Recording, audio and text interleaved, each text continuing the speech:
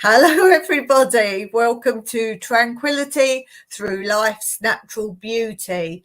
You are welcome here, awesome people. So welcome to our Friday Friendship Club. What are you going to do to make today great? Hit that thumbs up, don't forget to like and share and subscribe. And this is the symbol of our Friday Friendship Club, where we join together in friendship and say hello to everybody. So thank you to those I see doing that on their channels. You are much appreciated.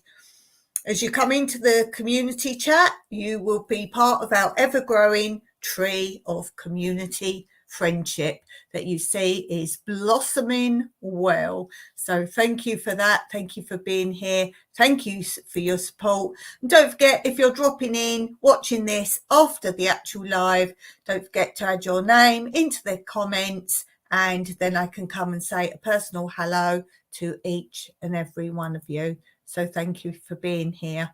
And don't forget, if you want to come and promote your channel on this channel, then do contact me through email, and then you can be a guest on this channel.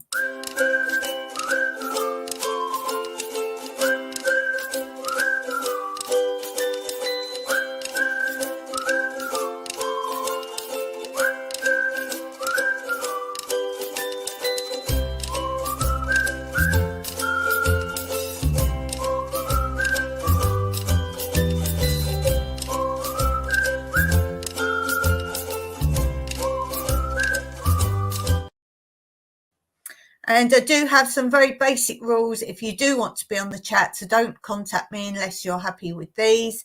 You must be known to me in some form or in YouTube. So I must know of your channel if you're on YouTube. No smoking or vaping on my lives, no cussing, blasphemy or swearing. And the most important thing of all is you must be present on the screen, which means you can't put your icon up on the screen. I want to see your face and speak in person. If you need to dip out of the chat for some reason, then still no icon, leave the chat. So I thank you and appreciate that you follow my rules. I am a channel that lets you promote your channel, but please do not promote other people's channels if they are not part of this channel's community.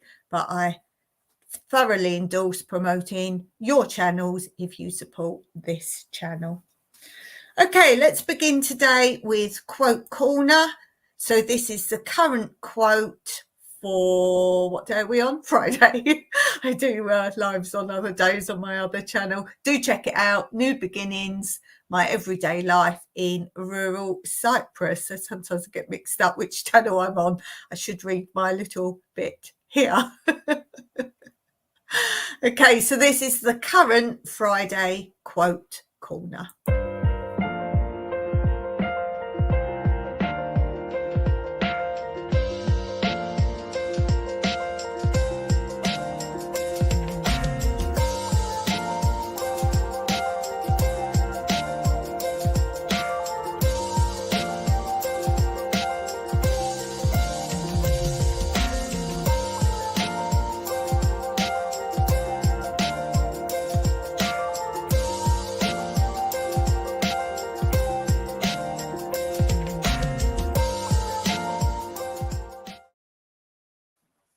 So I hope you enjoyed that quote. They do change periodically, so keep your eyes peeled on each day I do lives to see the current quote.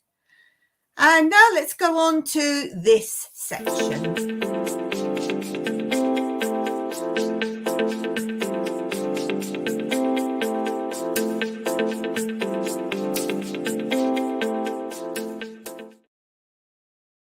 And today I'm going to be asking you questions, 5 questions today. And today's subject is the Summer Olympics.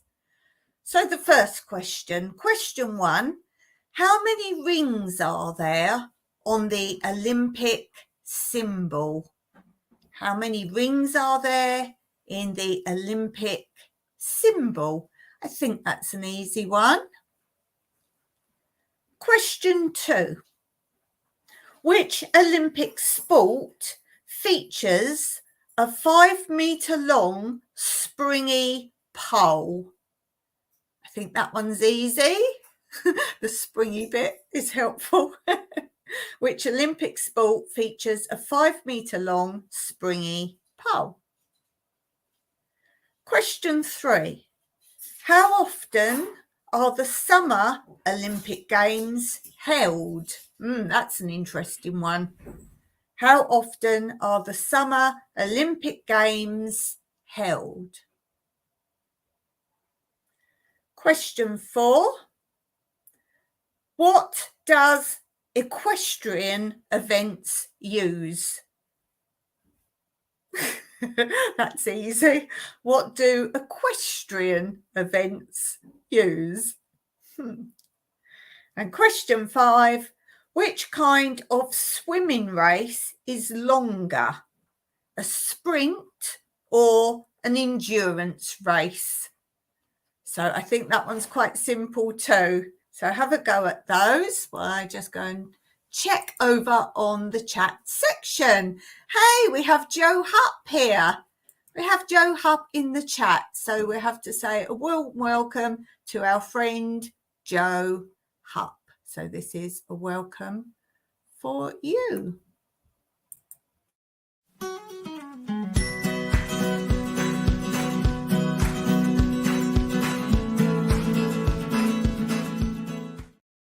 And go and check out Joe's channel. There's some awesome stuff there.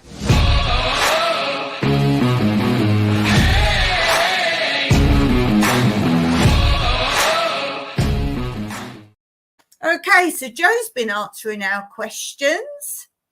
And how many rings are there in the Olympic symbol? Joe says 5. Correct, Joe. 1 out of 5.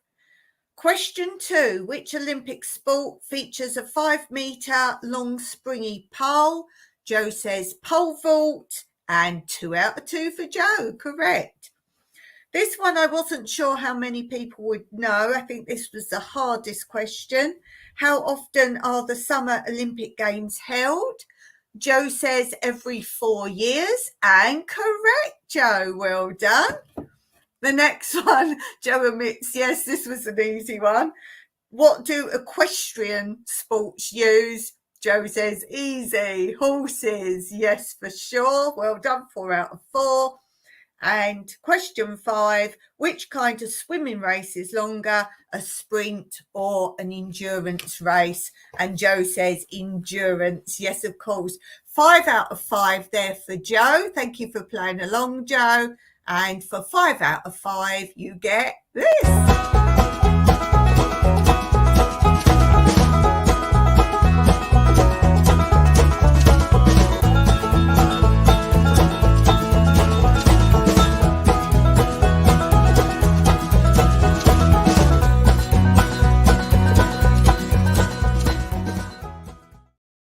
Well done, Joe. Thank you for playing along. Much appreciated. If you're watching this back later, tell me if you've got all 5. As I say, I think this how many years the Olympic Summer Games are held. I think that was the hard one there. So well done for that. Okay, let's go on to this section.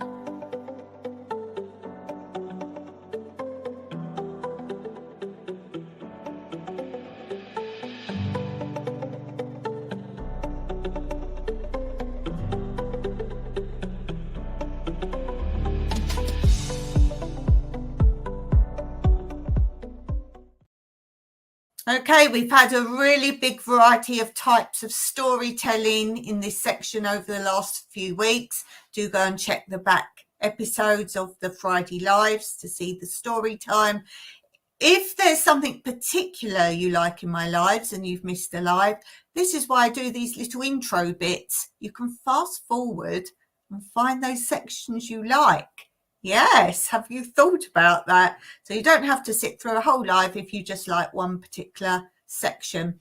And on my other channel, New Beginnings, My Everyday Life in Rural Cyprus, I do segments there, but they're completely different segments. Monday has different segments, Wednesday has more different segments, and Friday. So do check out what segments I have over all my live channels. Joe says for the clapping, yay.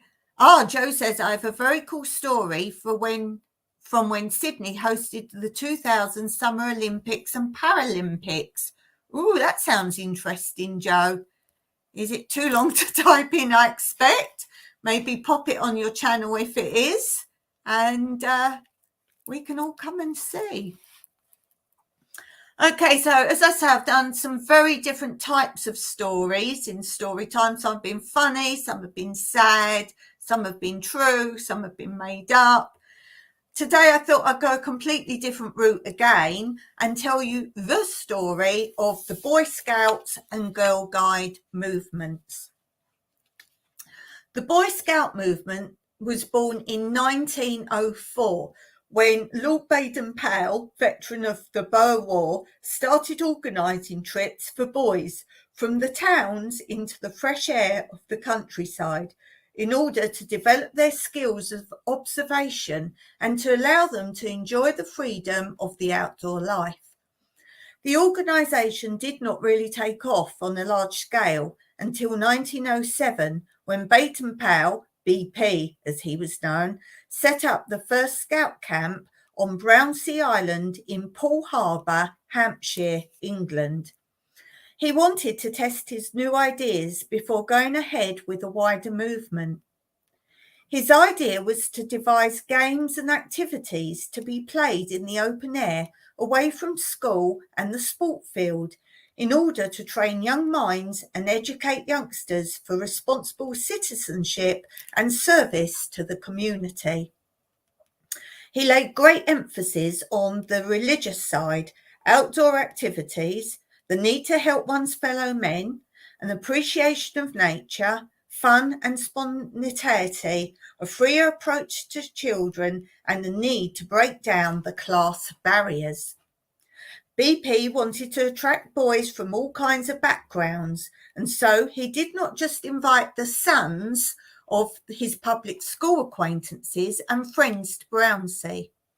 He approached the local boys' brigade in Hampshire and asked if they were interested in sending a few boys to join the camp. Eventually, a group of 20 boys, 10 from London, 7 from Bournemouth, and 3 from Poole, arrived on the island for a week of hut and map making, knotting, firewood lighting, cooking, endurance tests, boat management, woodcraft, the study of stars, plants and animals, health and sanitation, life-saving, and games. In 1908, Baden-Powell published Scouting for Boys, a collection of stories, games, tips and advice, which initially appeared as 6 fortnightly parts at a price of 4d, which is 4 old pence, each. As this was quite expensive, groups of boys pooled their resources and rushed out to buy shared copies. So much for the fact he was doing something for all classes, I think. They could hardly wait for the first edition of the Scout magazine, a weekly newspaper that first appeared on the 18th of April 1908. Boys everywhere and from all backgrounds were inspired by Baden-Powell's ideas of adventuring, war games, tracking and doing good terms. Groups met whenever they could, in cellars, in halls, in each other's houses, and sent off for registration forms from headquarters in London. They also had to find willing men to be their scoutmasters. Many people were suspicious of the Scout movement at first, thinking that the idea was to lead young lads into military training. As Baden-Powell's career had been in the army, these skeptics thought he was trying to build a junior militia. The movement was also seen as a rival to the Sunday school of the Boys' Brigade. Some parents would not hear of their children missing church. For boys that were allowed to join, training was very serious, and tests of observation, skills and judgment were undertaken with enthusiasm and commitment. Field days were organised and boys were given first aid instruction and tested on it. Henry Green described how we used to go out and earn badges for lighting one fire with not more than 3 matches. And I remember how strange it felt to be trusted with anything so dangerous. Later, having got the badge for lighting fires, we boiled potatoes in billy cans to get cooking badges. On one occasion, I fell down and hurt my knee, so they tied scarves across 2 scout poles in the way it is laid down in regulations and tried to carry me back. The movement grew so rapidly that distant committees and local associations were set up to coordinate troop activities. A second camp was organised in 1908, and in 1909 a huge rally was held at Crystal Palace. Although girls were not yet involved, the first group of self-organised female scouts, not wanting to be left out, made an appearance at the rally dressed in an improvised uniform of blue skirts, white blouses and black stockings. BP realised that the girls needed to be included, and his sister, Agnes, took on responsibility for the newly formed Girl Guides. By the end of 1910, there were nearly 108,000 scouts and guides in Britain, and groups were also being formed in other parts of the empire and in Europe. In 1913, a programme for junior scouts was laid down, and in 1914 a scheme was outlined.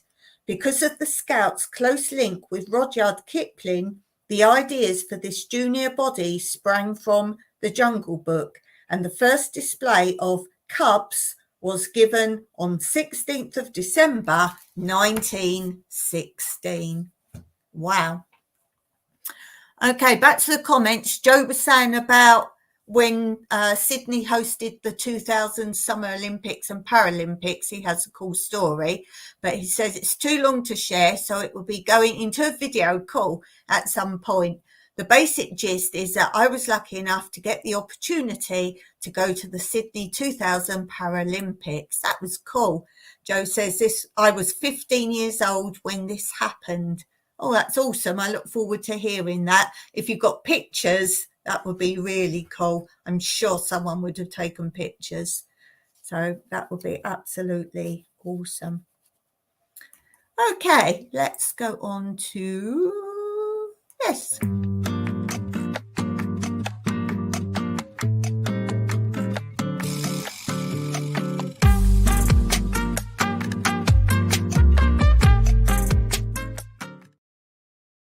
Oh, there's a little dance music there. Sounds a little bit mambo-y there. Okay, question of the day. And the question is, what kind of films did you most enjoy in your youth? Ooh, I was a great fan in my pre-teenage and young teenage years of Jodie Foster, and she wasn't much older than me. So I used to like any film she was in. I've said before how this really in England was the first views of life for children and teenagers via films and TV that was imported to England of American children. And I thought it was pretty cool, the first thing, that they never wore school uniform. In England, 99% of schools wear school uniform, and those that don't, for the very poor areas, they actually say what colours they need to wear. And I was, wow, they don't have to wear school uniform. I want to go to school in America. So the Jodie Foster films, one that really sticks out for me was Freaky Friday. Really enjoyed that a lot. And when we went to see that at the cinema, you always had a B movie, which was a movie shown first, that it wasn't a popular movie, or it was just a sort of B movie.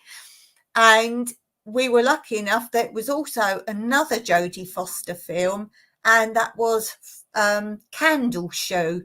And I have seen it on TV. I can't remember if it was Disney or not. Possibly it was Disney. And she actually ends up going to stay at this big old house. And it's a typical adventure type, children's film foundation, if you know that type of film. It's very good. If you can look up Candle Shoe, it's a good family movie. And as I say, I like Jodie Foster in there. She always seemed to be wearing jeans, which I wasn't allowed to wear, so I quite liked Jodie Foster films. I also liked, there's been another version of Freaky Friday since, and also I like films. There's been 2 or more films of these ones where you get the identical twins that were split up from birth and they meet in summer camp. I love that. What's that one called? And that's Hayley Mills is the original of that. I really like Hayley Mills. As she was a child, she was in lots of films. I enjoyed those. So I would say, as a young child, films like that with children in, that you're like, oh, I wish I was them, that kind of film. So in my younger days, that was definitely the types of films I enjoyed. As I was a bit older, there was a lot of British comedies, English comedy films that were made from English comedy TV series. Some of them I watched, some of them I didn't particularly like, but the films were really, really good. So the films, for example, the programs I wasn't overly into were on the buses, but they made 3 films and they were exceptionally good for me, my type of film. I'm not over keen on situation comedies, but these were funny. Man About the House was another English comedy series and they made a film of that. That was pretty good. Bless This House was another English comedy series and they made a film of that. It was a big thing in the 70s that they seemed to make films out of all TV comedies.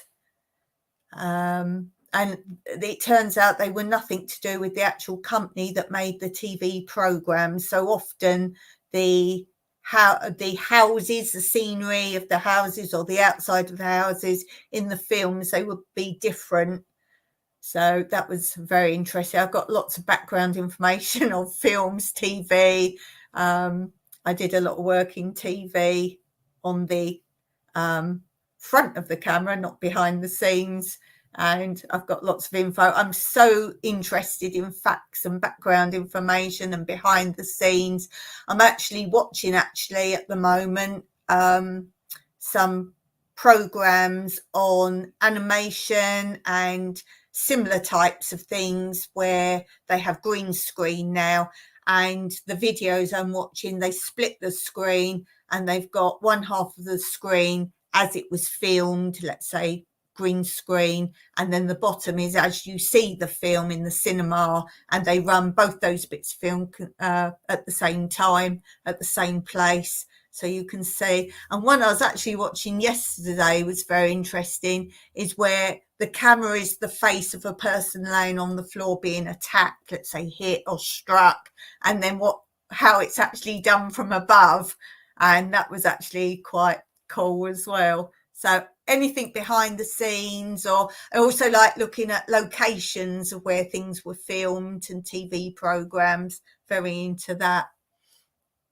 Joe Hupp says, I wasn't into movies, films in my preteens and youth. However, I did end up liking a movie with Hugh Grant and Sandra Bullock called 2 Weeks Notice. That's a good film. 2 Weeks Notice was the first film I ever saw at a cinema. This was back in 2003. Wowza, 2003. I was taken by my parents maybe once, twice a year to the cinema when I was quite young.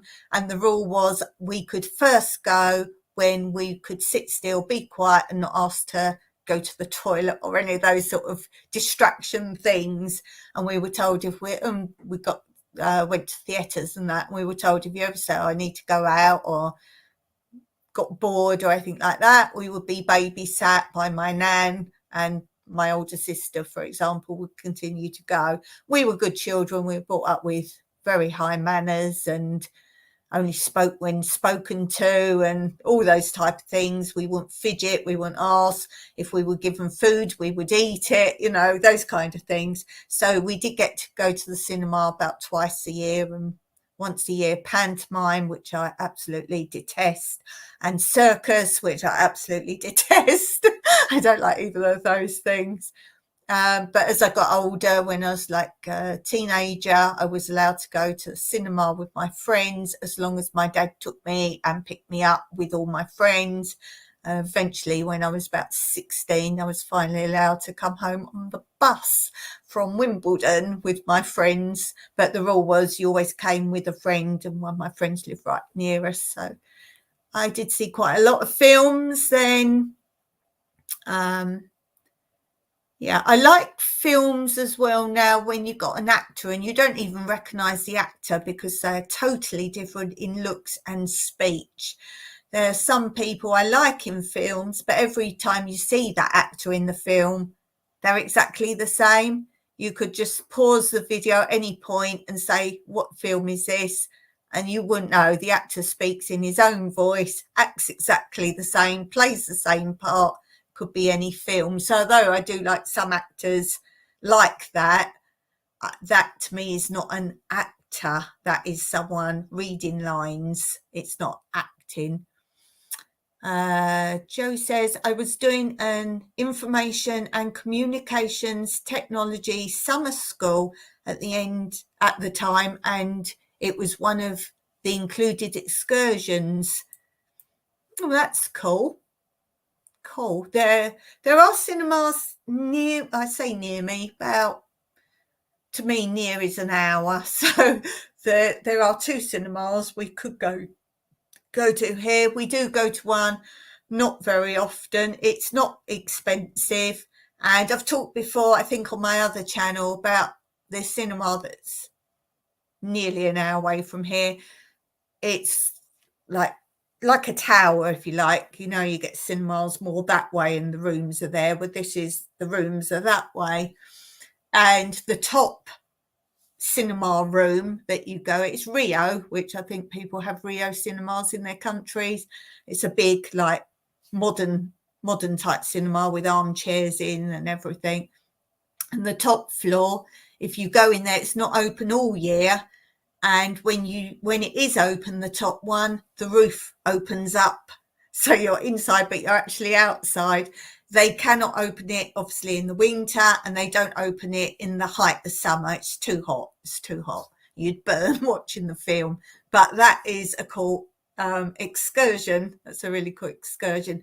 The only problem with that is there's no parking as such there. There's a few places, but there's not proper car park, and it's kind of middle of the town, so you have to be prepared to park and walk. Park and walk, definitely, of that one. So that was question of the day today. Let's go on to my new section that I started last week, is this.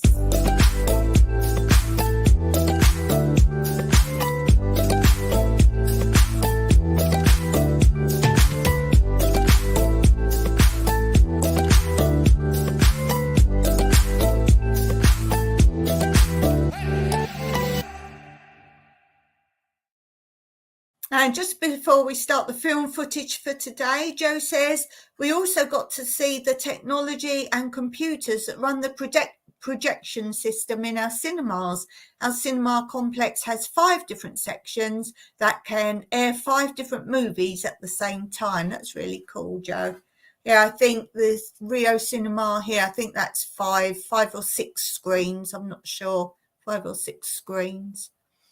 But a lot cheaper than when I was going to the cinema way back when I lived there in England. So that tells you something. As I say, it's completely modern with armchairs and luxurious. So that's pretty cool. So the film for today, I'm going to put on some background music to it for you. And I thought you might like to see 3 types of bugs here. And these are all filmed in my house or garden. And on my other channel, New Beginnings, My Everyday Life in Rural Cyprus, I have an actual playlist where you will see all these bugs separately. And on the playlist is different videos of different bugs. Each one is a bit about the bugs and how to get rid of them if they're an issue, if they're friend or foe. Natural ways to either get rid of them or to even stop them in the first place. The second clip you're going to see is the hawk moth, and that is loved by two of my cats to eat. If they hear it, it makes a humming noise if it comes indoors. If they hear it, they go all out to get it wherever it is. So Pebbles liked it, and now we have Kit. Kit likes to eat them as well. They do look meaty, I'll give you that. And then after that, you'll see an actual hawk caterpillar. But if you want to know all about them or the varieties that I show in the clips, check out my playlist of Friend or Foe Bugs. I can't remember the title, but it's bugs, and you can find out more about them. So let's play the music and roll the films.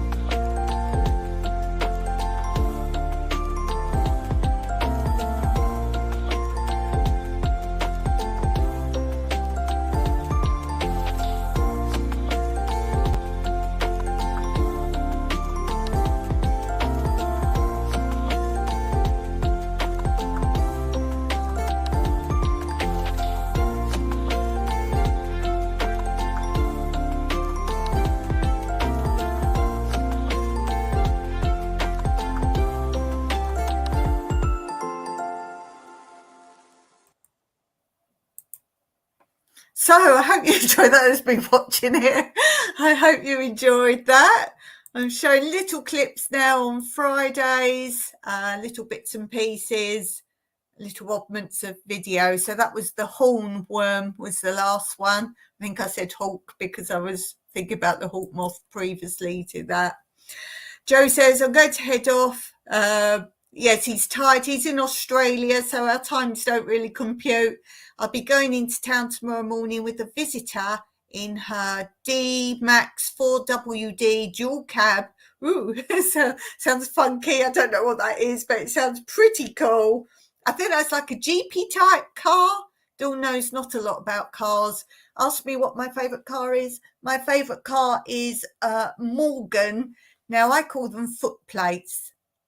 I call them foot plates, you know, with the big tyre on the back, with the picnic basket, a Morgan. That's what I'd like. And funny enough, my surname at sometimes is Dawn Morgan. That's my trading name. It's not my married name. It's my trading name. So Morgan, haha. So lovely to see you, Joe. Thank you so much for being here. Guys, do go and check out Joe Hupp's channel. He's a great supporter, and I'm sure you'll find something there you like. And we need to go there and check out this video that he's going to do for us from the Sydney 2000 Paralympics.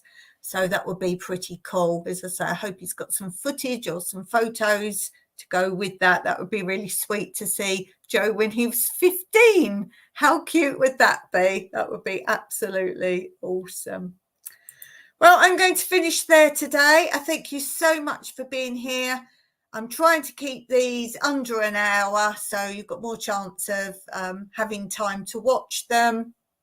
I know some people do lives that go on for over an hour, 2 hours, even 3 hours.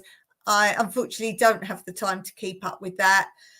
I don't play anything mobile. If I watch videos or YouTube, I sit here at my desk to do them.